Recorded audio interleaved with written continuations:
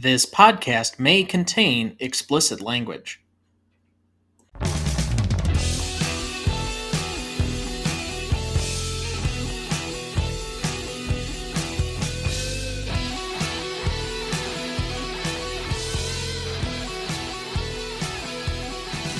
Welcome to the Greatest Movie of All Time podcast, the show that uses a unique grading style to redefine what the greatest movies are. I'm Tom Duncan. And I'm Dana Duncan. Tonight, we reapply our patent-pending Stanley rubric to Casablanca from 1942, directed by Michael Curtiz, written by Julius and Philip Epstein and Howard Koch, starring Humphrey Bogart, Ingrid Bergman, Claude Rains, and Peter Lorre. However, quickly before we get to the show, next week we will be covering one of my top 10 favorite movies of all time, Good Will Hunting from 1997, directed by Gus Van Sant, written by Matt Damon and Ben Affleck, starring Matt Damon and Ben Affleck, Casey Affleck, Minnie Driver, Stellan Skarsgård, and Robin Williams. You won't want to miss that one, so watch ahead of the show by searching the Real Good app to find where it's streaming for you. That's REELGOOD. You can also email the show at greatestaltimemoviepodcast@gmail.com to sign up for our newsletter, or find us on Instagram, Twitter, or now TikTok at the handle @GModePodcast. And, as always, please like, follow, rate, and review the show on whichever podcast platform you use. We would really appreciate it. With that, we have a couple of additional items to discuss before the regular show. First up, we were downloaded in our 84th and 85th countries, Israel and Tunisia, respectively, this week, so a shout out to our Israeli and Tunisian listeners. Next, we also had a listener email and question that I would like to discuss that has to do with the movie we did with our guest, Keith Techmeyer, back in November last year, Saving Private Ryan. Our guest writes, "Gents, this little observation of an actor's reaction has been bugging me since I saw this movie. Near the movie's beginning, after General Marshall orders Private Ryan to be rescued, Tom Hanks reports to Dennis Farina. Farina listens to Tom Hanks point to the Omaha Beach map and describe what he has been through in terms of German equipment encountered and destroyed. Quote, 'It was a tough mission, that's why you got it.' Farina gazes for a rather extended time at Hanks's face as he speaks and then shifts his eyes and turns his head down to the map. How do you interpret that long pause? Is Farina just shocked at the horrors Hanks has been through? Does Farina feel sorry for Hanks as he has now selected Hanks for the Ryan mission? Is he second-guessing Hanks' selection, having just listened to his D-Day experience, or is it that he just feels admiration at Hanks and thinks he's got the right man for the job? Best, Steve from Staten Island, New York." Well, Steve, thank you for writing in, first off. I'm very glad and appreciative for your correspondence. And Dad, we both took a little bit of time to at least review the scene in question. And I guess, what was your take on this particular moment that he's referring to? Well, I think Dennis Farina was really... He had come to the conclusion that Hanks was the guy for the job. But after talking to him, he's kind of watching and sizing him up to determine or confirm that this is the right move, because he knows that this is coming all the way from the very top, and he wants to make sure it's done correctly. And so he's watching Hanks's reaction and how Hanks presents himself and whether he believes Hanks is up to the job. That's my interpretation. I took a much simpler approach to it, which was, I don't think he had a choice whether or not Hanks was going to be assigned to this. I don't think that came from him directly. Rather, I actually think of it as what I would like to refer to as the surgeon's pause. You know, when you're in a waiting room and you're waiting for what the outcome of the surgery or whatever has happened to your loved one is, and the surgeon takes off his mask and pauses for a second before he delivers the bad news. Farina knows that Hanks has a unenviable task ahead of him, has already been through a unmeasurable amount of pain and suffering just to get to the point where he can even listen to this assignment. And now he's sending him back out there. And the pause is basically for him to collect himself in order to deliver the bad news for Hanks. At least that's how I view it. It's a soldier's duty. So I can't imagine as a commander, Farina would be necessarily apprehensive to deliver the news or to give the orders. So that's why I'm thinking he's sizing him up, trying to determine whether or not he's up to the task. And that's what I'm seeing. Yes, but even leaders, while sometimes needing to be blunt, and he certainly is after that pause, they're still human. And there is a notion that says, I'm sending this guy off probably to die. Yes, but that's the assignment that's given every time you send somebody on any kind of mission. So, as a commander, you're told that you can't control who lives or dies. You have to assign the command or assign the mission based upon who's the best and the most capable of completing it. And so that's the issue. I don't think Farina's pausing because he's apprehensive to send Hanks after this. I think he's pausing again because he's sizing him up to determine yet again whether or not he's made the right choice.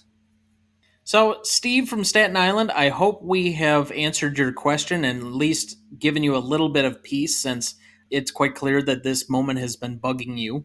That's at least what we think on the subject. But let me just say thank you for writing in and for your feedback. We really do appreciate it.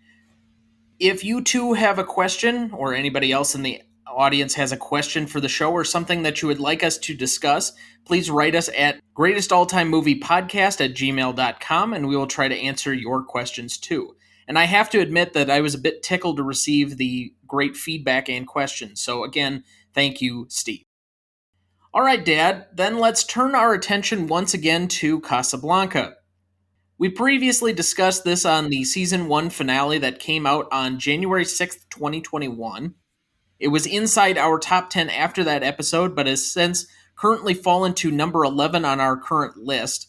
So, why did you pick this movie to revisit? Because by most accounts, Casablanca is at or near the top of everybody's list of best movies. And having it fall to 11, I think we may have been a little harsh in some of our judgment. So that's why I want to make sure we have some level of accuracy as we're going forward.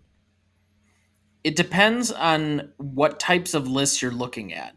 Now, the most notable greatest movie of all time list, which will be getting an update this year, the Sight and Sound poll, I'm not sure it made the general director's list of the greatest movies, not even in the top 100. I think it made the critics list, but it was rather low comparatively.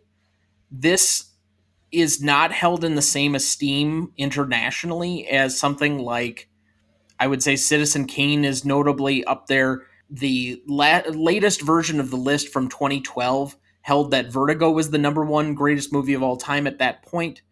There are certain other films that I think have surpassed this, but when you consider, I guess, the most American film, that's to me where this movie really fits in because it has a tendency to encapsulate what Americans would love to think about themselves, but is almost never true. It's our fantasy that we're willing to choose and forego our own personal desires in the sake of doing what's right, even though we're one of the most selfish countries on the face of the planet. Okay. I'm going to just read you the first couple of sentences from an article that I found from June of 2010, written by Eric Snyder. And this, to me, explains a lot about what you're talking about. In his audio commentary for the 2003 special edition DVD of Casablanca, Roger Ebert says the film probably appears on more best of all time lists than any other movie, including Citizen Kane. Why? Because Kane tends to appeal more to film scholars than to regular people, while Casablanca is universally beloved. Even people who don't like old movies or black and white movies like Casablanca. By 1977, it was the most frequently broadcast film on American television, exposing it to millions of people who otherwise scarcely watched movies from the 1940s. So you can say that sight and sound and such, okay, and us as more cinemaphiles, but Casablanca transcends that. It is a movie that has a broader appeal and that more people will watch, even those who do not want to watch a black and white film. So, what is this movie about then? Well, it's ultimately a love triangle set during a chaotic period of war. And ultimately, whether the interests of individuals will triumph over the interests of the greater good. Yeah, I think Bogart really sums that up with his Hill of Beans line. Yep. So, since this is a revisit, I would encourage everyone to go back and listen to our original episode if you want our category listings for best performance, best scene, and a lot of that. We'll give you some of the other background since we've done this film before. We'll do a Did You Know section, and we have a plot summary, I think, ready, correct? Yes. As well as some recognition, and then we'll go pretty much right into the Stanley rubric instead of trying to do some of the other pieces of a normal episode, just so that we can do a comparison and see if we got it right on our initial review. So let's start with that plot summary, Dad. With the outbreak of war in Europe, refugees make their way to Casablanca in French Morocco, attempting to obtain visas which will allow them to travel to Lisbon and eventually America. Two such visas, or letters of transit, obtained under questionable circumstances, end up in the hands of Rick Blaine, Humphrey Bogart, an American running the most popular cafe in Casablanca. When Victor Laszlo, Paul Heinrich, a resistance leader to the German war effort in Europe, shows up with his wife, Ilsa Lund, Ingrid Bergman, attempting to secure the letters to escape the clutches of the Vichy French police captain Louis Renault, Claude Rains, and Major Heinrich Strasser of the SS. Rick is forced to relive his heartbreak over Ilsa all over again. Caught between helping Laszlo escape and wanting to rekindle his affair with Ilsa, Rick is forced to choose between his own happiness and the fate of the world. Thank you. Cast for this movie: Michael Curtiz as director, Julius J. Epstein, Philip G. Epstein, and Howard Koch as writers, Humphrey Bogart as Rick Blaine, Ingrid Bergman as Ilsa Lund, Paul Heinrich as Victor Laszlo, Claude Rains as Captain Louis Renault, Conrad Veidt as Major Heinrich Strasser, Sidney Greenstreet as Signor Ferrari, Peter Lorre as Signor Ugarte, Kurt Bois as Pickpocket, Leonid Kinski as Sasha, Madeline LeBeau as Yvonne, Joy Page as Anina Brandel, S.Z. Sakal, credited as S.K. Sakal, as Carl, and Dooley Wilson as Sam. Recognition for this movie: Casablanca premiered at the Hollywood Theater in New York City on November 26, 1942, to capitalize on Operation Torch, the Allied invasion of French North Africa, and the subsequent capture of Casablanca. It went into general release on January 23, 1943, to take advantage of the Casablanca Conference, a high level meeting in the city between British Prime Minister Winston Churchill and American President Franklin Delano Roosevelt. The Office of War Information prevented screening of the film to troops in North Africa, believing it would cause resentment among Vichy supporters in the region. In its initial American release, Casablanca was a substantial but not spectacular box office success, earning $3.7 million, equivalent to $47 million in today's terms. A 50th anniversary re-release grossed $1.5 million in 1992. According to Warner Brothers Records, the film earned $3.398 million domestically and $3.461 million in foreign markets. Casablanca was nominated for Best Actor for Humphrey Bogart, Supporting Actor for Claude Rains, Cinematography for Black and White, Film Editing, and Score. It won for Best Picture, Director for Michael Curtiz, and Screenplay for Epstein, and Koch. In 1989, the film was one of the first 25 films selected for preservation in the United States National Film Registry. In 2005, it was named one of the 100 greatest films of the last 80 years by Time magazine. The selected films were not ranked. Bright Lights Film Journal stated in 2007, quote, "It is one of the rare films from Hollywood's golden age, which has managed to transcend its era to entertain generations of moviegoers.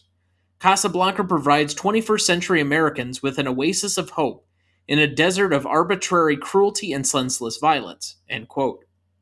The film also ranked at number 28 on Empire's list of the 100 greatest movies of all time, which stated, quote, "Love, honor, thrills, wisecracks, and a hit tune are among the attractions, which also include a perfect supporting cast of villains, sneaks, thieves, and refugees, and bar staff. But it's Bogart and Bergman's show, entering immortality as screen lovers reunited only to part. The irrefutable proof that great movies are accidents," end quote. Screenwriting teacher Robert McKee maintains that the script is, quote, "the greatest screenplay of all time," end quote. In 2006, the Writers Guild of America agreed, voting it the best ever in its list of 101 greatest screenplays. In 1998, it was on AFI's 100 Years, 100 Movies list as the number 2 overall movie of all time.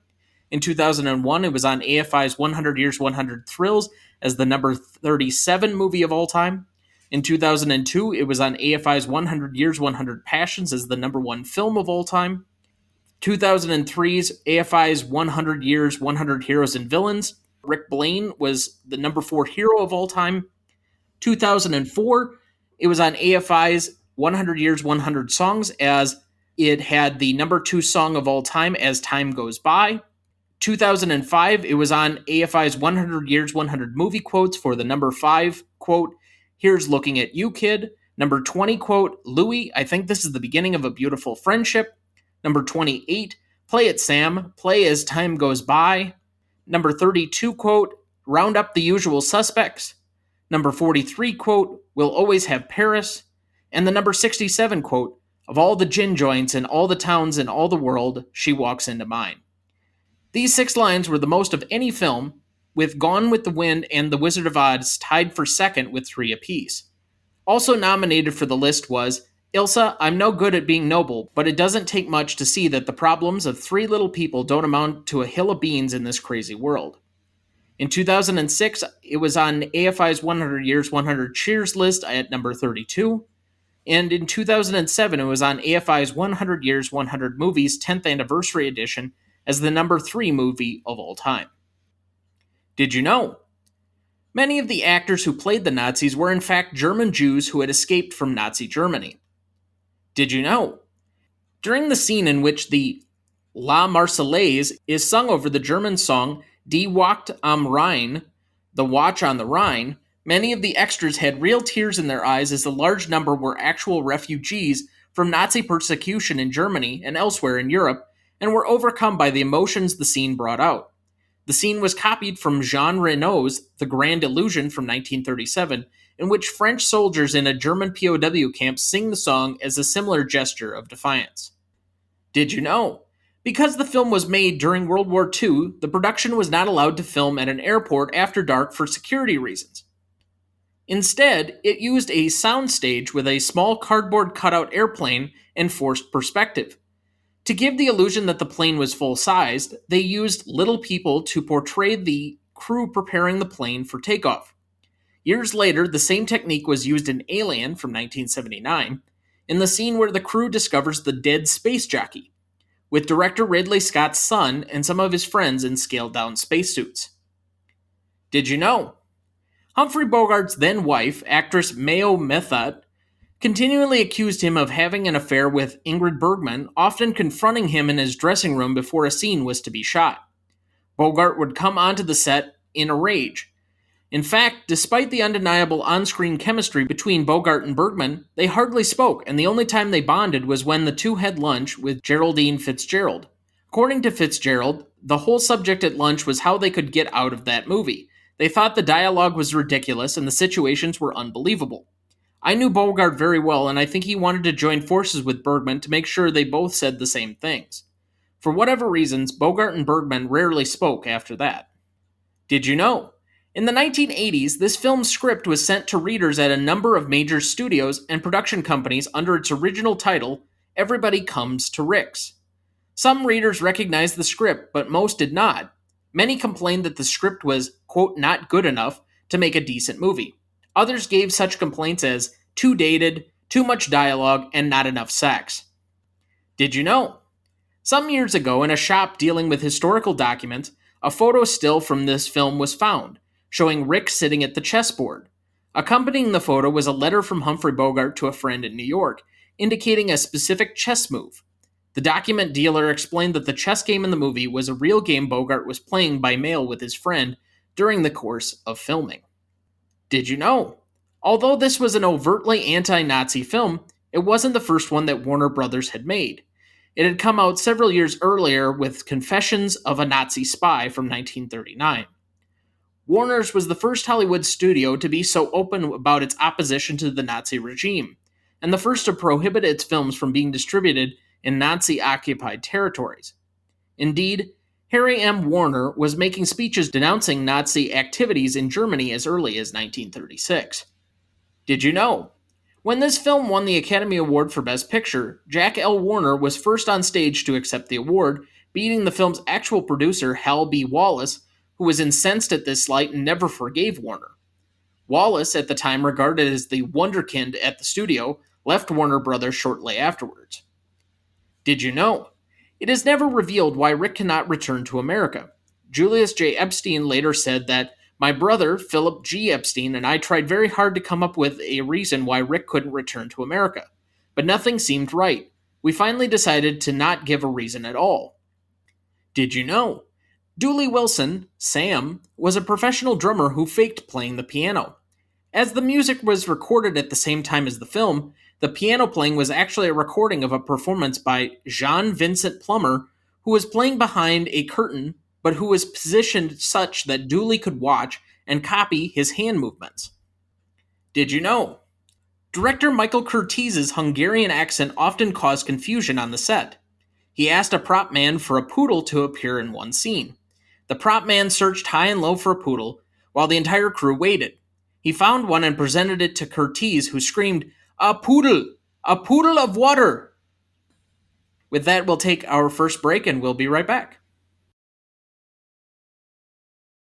Welcome back. Thank you for rejoining us. So, Dad, we are going to go right back into the Stanley rubric and compare it with our original scores. So, let's start with Legacy. Our original Legacy score when we first did the movie was 9.75. Do you want to go first or second? I'll go second. So, I'm going to give it the exact same score. I think we got this one right. And I rarely say that. I think this is an enduring film, and one people know given that you mentioned the name, and most people think Humphrey Bogart before they think Morocco. But I can't quite get to a 10, given the other names we have at 10s at this point, and the other names that are still yet to come. As widely celebrated and as many lists as this movie is on, I just can't quite get myself to a 10, and I'm not entirely sure why. I just know that this is going to be one of the most revisited movies in the history of cinema, likely as long as I'm still alive. So I'm going to maybe cop out and go with the 9.75 as kind of a bridge between 9.5 and 10, but that's where I'm sitting. No. You can go up to anybody who is over 30 and say, "We'll always have Paris," or "Louis, this may be the start of a beautiful friendship," and it will immediately trigger them to remember which movie it comes from.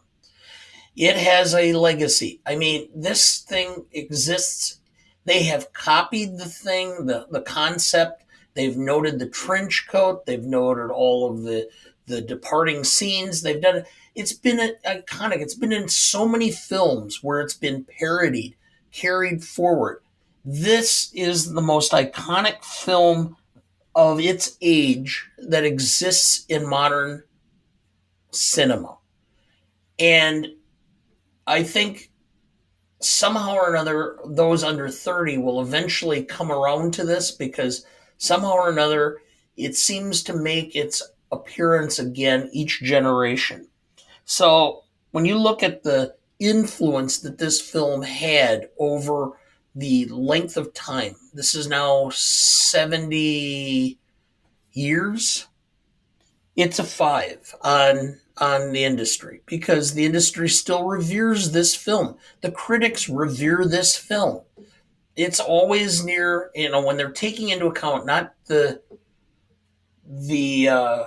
film professors or the critics, but just taking into account people who love film. This is always near the top of the list. It's a 5 for that reason.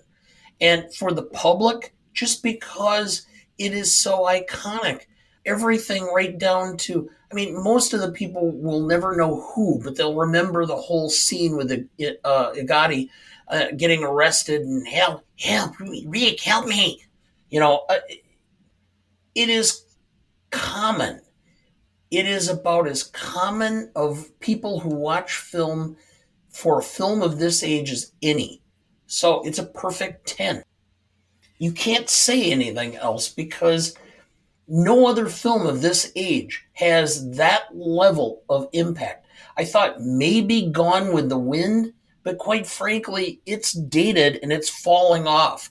And I don't think nearly, other than the infamous lines, frankly, Scarlett, I don't give a damn, I don't think anybody would even on evaluation put it anywhere close in today's culture.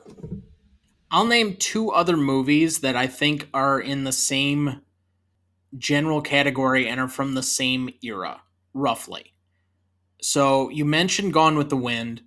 I will place it, or The Wizard of Oz, as one that we both said was a 10 in that category. I would also place something like It's a Wonderful Life, which came out a few years after this, as being in that category that a lot of people know and has a universality. Maybe a little bit more so The Wizard of Oz than It's a Wonderful Life, which we gave a 9.5. So current 10s on the list that we've graded so far: The Godfather, Jaws, and The Wizard of Oz.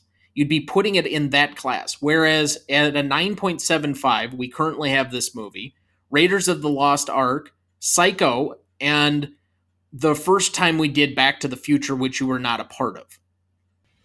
Okay, I understand, but in retrospect, and I unlike you, do not look at our scores from the last time around.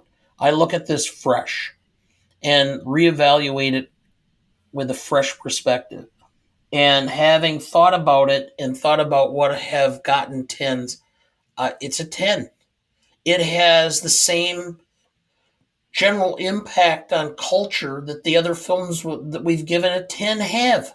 In fact, I would even possibly give it more than a 10 given the films that we've listed as 10s, because I think this has legs beyond some of those films.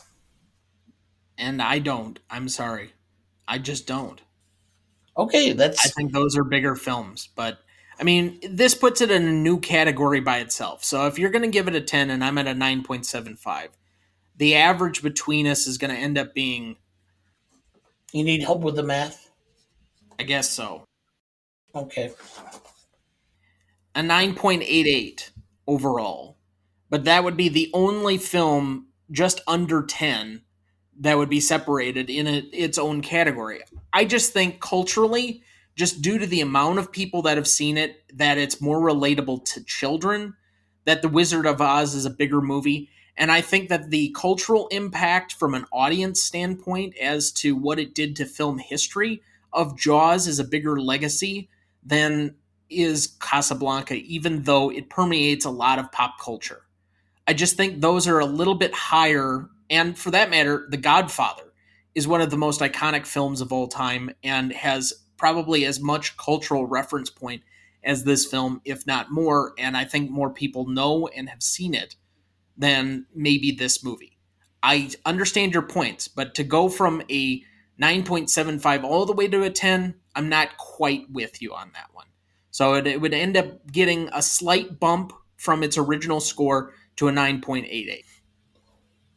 Also, I'll make the point that I think at some point we do have to compare these movies against each other. If we just try and do it in a vacuum all the time, it doesn't serve the list itself, because you have to sometimes, okay, is this on the same par with some of these other movie qualities?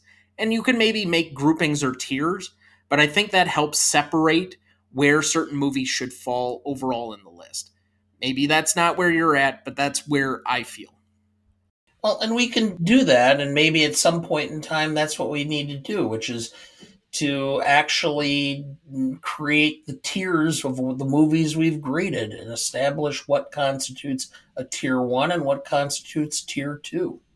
Well, we kind of de facto have done that by what the scoring system is. It's why I keep track of what we've graded out throughout the course of the, 100 and what is it now, 18, 19 episodes that we've done so far. Well, I understand that, but what I'm saying is if you're talking about the top 10 films that we've graded, maybe we need to actually compare the 10 films against each other and determine whether there's something flawed within that or where a film should be given a lower rating or a higher ranking than what we've given based upon an evaluation of the top 10 films according to our ranking. I don't think that's necessary because, one, we haven't come to a final ranking, and so that would be inconsistent because, I mean, there are films I did not expect to be in the top 10 of the list that either upon revisit or initial conclusion kind of got a lot higher than I thought they would be, especially a couple of recent films. But that being said, you kind of just evaluate as you go. If you are somebody like me who is constantly poring over the scores and checking the lists and publishing, what is the top 10 currently at this point in time, I'm always considering, okay, is this something that we need to keep? Is this something we should change? Is this something that needs to be reevaluated? I don't know if that's something that you have done consistently, but that's something I'm always thinking about. Well, I don't, because I am evaluating each film individually and not really paying attention to where they fall. I'm just taking into account our rubric and evaluating each film on its own, not in relation to other films, because then it becomes much more subjective of what films you like or don't like. I'm not sure I agree with that. I think you can be objective while still placing these in it, but sometimes it's hard for me objectively to just say, how does this movie necessarily rank with giving it a score that's supposed to separate it from all the others? That's why I think you give too many sevens and eights sometimes when it's not warranted, and don't necessarily give on a broad spectrum of degrees. But that's a different argument for a different time. All right, let's go to impact significance. Our original score on this was an 8.25. All right, I'll go first. Industry, I'm giving it a 5. It was nominated and won Best Picture, Best Director, Best Screenplay, Best Supporting Actor for Claude Rains. Humphrey Bogart was nominated for Best Actor but didn't win. And Claude Rains did not win either. I thought he did. No, I said that in our recognition at the top. Okay. And it had significant impact at the time simply because it was one of many films that were coming out.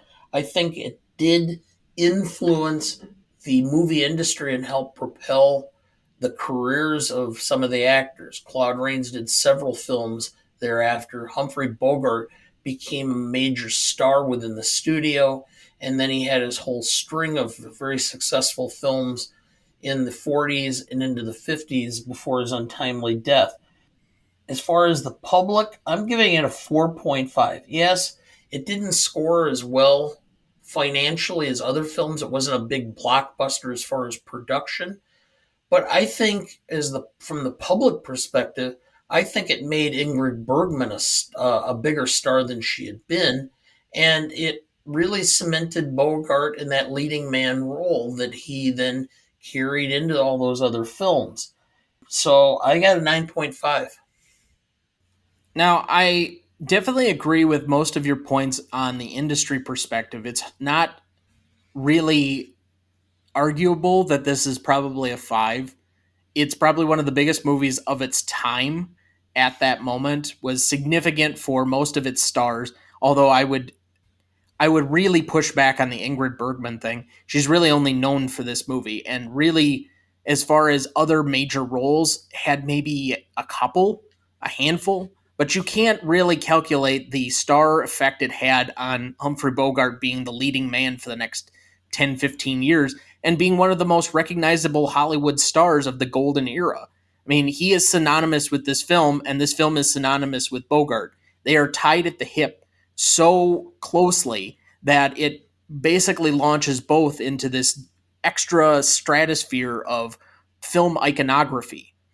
So, that being said, I gave it a little bit lower on the audience grade of this because I think the response was good, but it was somewhat tepid by comparison to some other movies of its ilk or that it was around its contemporaries. I mean, it was a couple of years before that Gone with the Wind was one of the biggest grossing movies of all time. And I think still adjusted for inflation would be the highest grossing movie of all time by leaps and bounds, although it's been re-released and re-released and re-released on many different occasions. But that being said, I gave it a 3.5. I think the audience response was good, but not great. I think this is a movie that has lived bigger in its legacy and the amount of times that it's somehow come back with each generation and figured out a way of being endearing to each new generation than it was at the time that it was originally done. I think this is a movie that actually you appreciate more with continued viewings than you do with an initial one. And so I went with a 3.5 for an 8.5 overall, and the average between us then would be a 9. As far as Ingrid Bergman, she did The Bells of St. Mary after this with Bing Crosby, and not too long over after that, she ran off with Antonio Rossellini, the Italian film director, and she was dead in Hollywood for 2 decades. All right, so then let's move to our third category, novelty. Our original score on this was a 7.25. It took me a while. This was the hardest category for me to land on because at first glance, I'm like, what is novel about this movie? It's taken from a play, but in reading enough about the background of the information on the development of the plot and the story, it couldn't be more different. I mean, yes, some of the characters and the names and the plot points remained the same, but basically the ending, the love story, most of the background details about each of the characters is widely changed. And it really is vastly different. I think it's a much different movie from the play to the movie version, enough to the point where I think it's almost a whole new thing. So even though it's adapted, quote unquote, I think this does get a novelty score from that. Also, this is a movie that has a strong Ingrid Bergman who clearly has agency of her own in order to leave Bogart in order to go back to her husband. You have a prominent black character who's seemingly Rick's best friend throughout the movie. And to have a woman potentially leaving her husband for the main character, for a police chief to be eliciting sexual favors for a movie in 1942 for exit visas, no less, all of that was daring to me, so I'm going to raise from my usual starting point of 7 all the way up to a 9. This was one of the times where it was a clear love triangle. And I tried to think back prior to this how many films involved a actual love triangle and not just three characters interplaying or, kind of whatever. And I couldn't think of too many. I had a couple in mind, maybe Philadelphia Story. There was kind of a love triangle. So that was not a point of marking it down. But ultimately, what is this film about? Which is, it's the ultimate noble sacrifice, which is to give up your personal happiness, your personal pleasure for the greater good of society or of the world. And the only story I could think of where there was greater sacrifice is It is a far more noble thing I do than I have ever done before, A Tale of Two Cities. So I couldn't think of anything more novel than or except on those 2 points. I did grade it down just a tad, and I'm also at the 9 that you had. Do you need help with the math? No, that would be a 9 between us. Okay. That being said, so your argument for novelty is that it's like a Charles Dickens novel? That's the only other story I could think of where there was such a level of noble sacrifice. Okay. All right, let's go to classicness then. Before I let you, and I normally let you go first on this one, I'm going to take the reins to start with. How this was not a 10 before, I'm not sure. We had a 9.25. This movie has a rather likable femme fatale, an anti Nazi stance back when it was at least somewhat questionable, during the early part of America's involvement in the war, a central black character in 1942 that seemed to be the main character's best and only friend, all time performances by the entire cast and crew, a soaring score, one of the great screenplays with some of the most iconic lines ever delivered, and on and on and on. It's a 10. This is one of the most classically classic movies you could ever name. It's a 10. The lines, the clothes. Bogart did more for trench coats by this film And fedoras. than any other person probably has done, other than possibly Ursula Andress for bikinis. And you consider the time period and what was taking place, just this prospect, the code that was, the censor's code, had a specific requirement that a woman could never leave her husband for another man. They had to fight with the censors to even imply this to take place. And the idea of sexual blackmail was also completely prohibited by the Hayes Act or the Hayes Code. Yet they got both of those into the film. So it's a 10. Those are arguments for novelty, not classicness. Well, I think that those established a level in film that persevered over time. And so they're just classic because of that point, I guess. But okay, whatever. If you think they're novelty, whatever. You're arguing for something that's audacious. That, by definition, is novelty. Okay. Classicness is about its endurance over time and how well it's aged comparatively. Again, you made the point that this is probably one of the few 1940s movies that people don't mind watching, even those that aren't fans of old movies. Yes. That's a note for classicness. Mm-hmm. Anyway, rewatchability, we originally had it at a 9. I thought about it for a bit, and this can be put on at almost any time and have my attention. I'm not garnering new things from the movie. I'm just enjoying and appreciating the movie that much more each time I watch it. And it has become probably something that I somehow watch probably twice a year anymore, which I can't say about almost anything else. So I feel like I was pushed into having this at a 9.5. Well, very good, because that's where I have it. This to me is a film that I will regularly watch at least once a year and probably twice a year because it'll invariably be some point where your mother and I are tired and we want to watch a film and we can't agree on anything. Usually, if I say, all right, we'll watch Casablanca, and if we get too tired to finish it, we know the ending. So Well, it's not invariably, even that's that long of a film. I know. But, we're at that age where, we, yeah, Eat dinner at 4 o'clock. not quite there, but we have a tendency to nod off periodically after 9 o'clock if it's been a long week or day.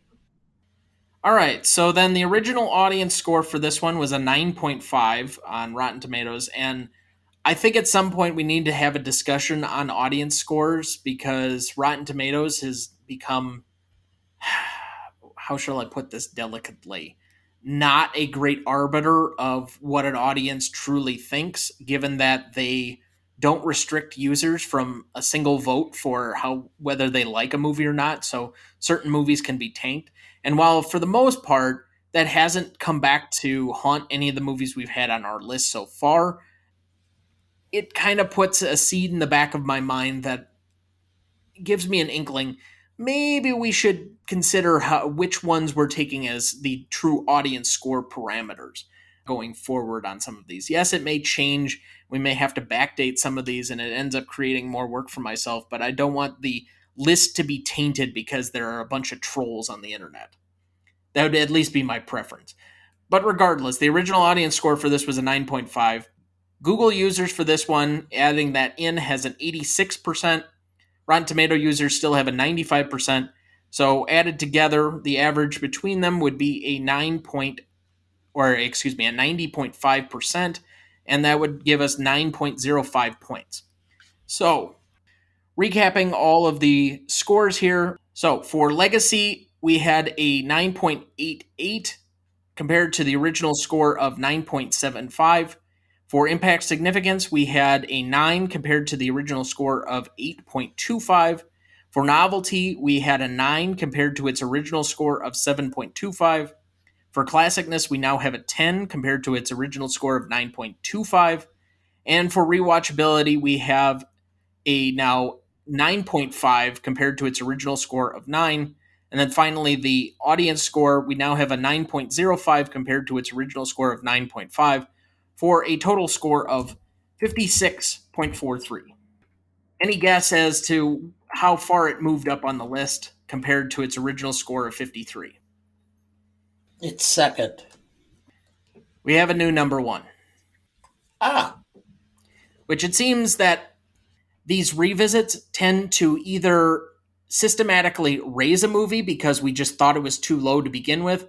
And so now I think 3 of the 4 revisits we've done, or 4 of the 5 revisits we've done, are like all in the top 5 or 6. And the one that you wanted to revisit because you thought it was well too high is now far down the list.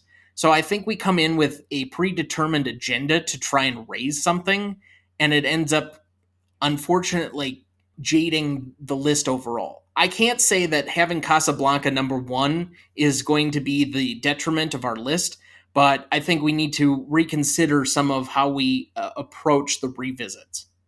Well, this is why I don't even look at the numbers before I reevaluate and reconsider these numbers. Because I don't want a situation where I'm going, well, I think that number was too low or that number was too high. That's just me, but I came in this with a fresh perspective and having really thought more about this film and thinking about it over the long haul of what we've done as far as the number of films we've actually reviewed. And I think you're full of it if you don't think that you did instinctively make it higher and say, I'm not going to grade anything lower than a 9. Consciously? No, I didn't. Anyway.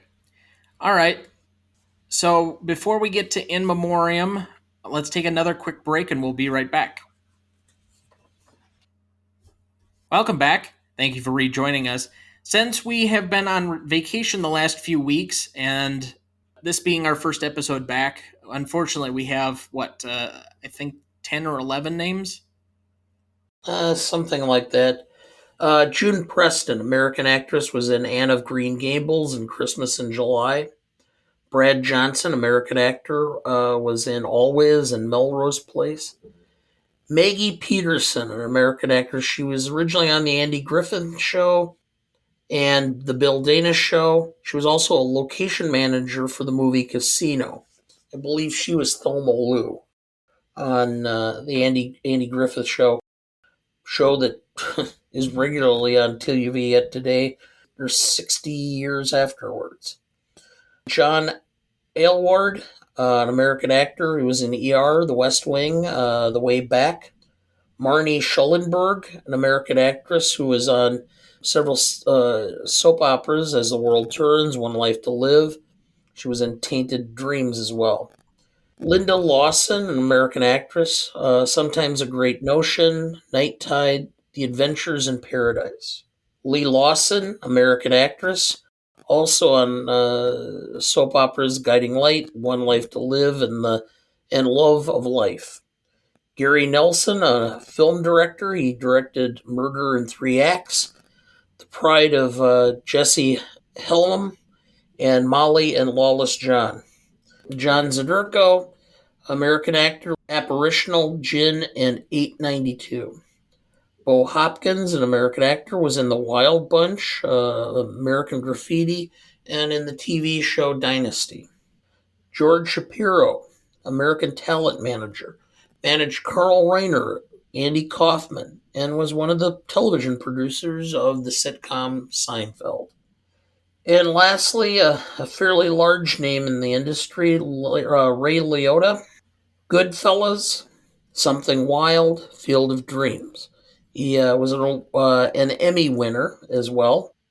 Suddenly passed at age 67 unexpectedly. And one of the last times before we went on vacation and had some of those pre recorded episodes, you had asked me to start trying to post pictures of the particular actors and actresses, or I guess people on these lists. And it's a little difficult to try and finagle that with how our website is set up. I couldn't exactly figure out how to do that properly while keeping it all organized, but I will put links to their obituaries in their descriptions, all on the episode notes that you can find the link to in the show description of each episode as we release them. So that will be there and available for you in case you're interested in finding out more about any of these individual people. Obviously, I think a few of the names are a little bit bigger than others. The biggest, of course, being Ray Liotta. I think there were a lot of tributes while we were gone to his sudden loss, especially because I think he was in the middle of filming something else at the time. And I'm not sure if they've determined a cause of death yet, but just the outpouring on things like Instagram and Twitter of people that had come in contact with him, I thought was rather unique, given the normal Hollywood output is like putting up an RIP or something else. But no, these were very personal, touching tributes to him personally. It seemed very much like he was a very kind and generous man and was very much beloved among the Hollywood community. So sad to see him go, and a person that I think probably could have contributed more if not for his life cut short. So with that, we give all of these a recognition for their time and work in the industry with a moment of silence.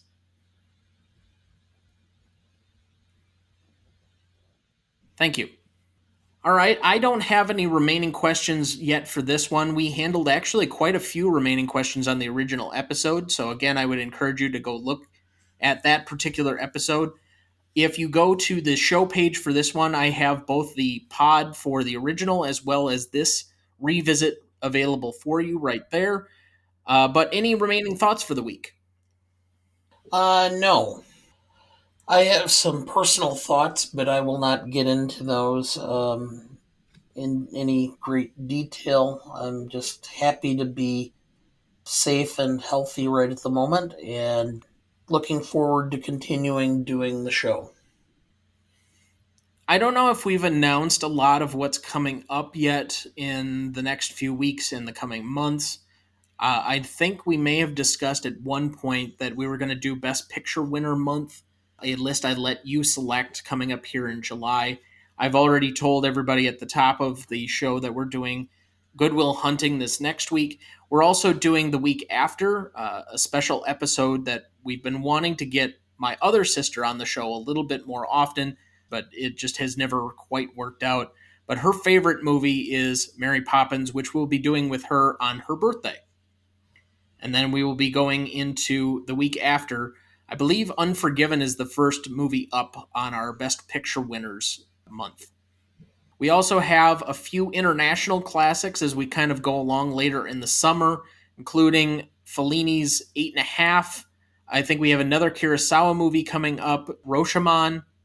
I think I've pronounced that wrong continually for as long as I can remember.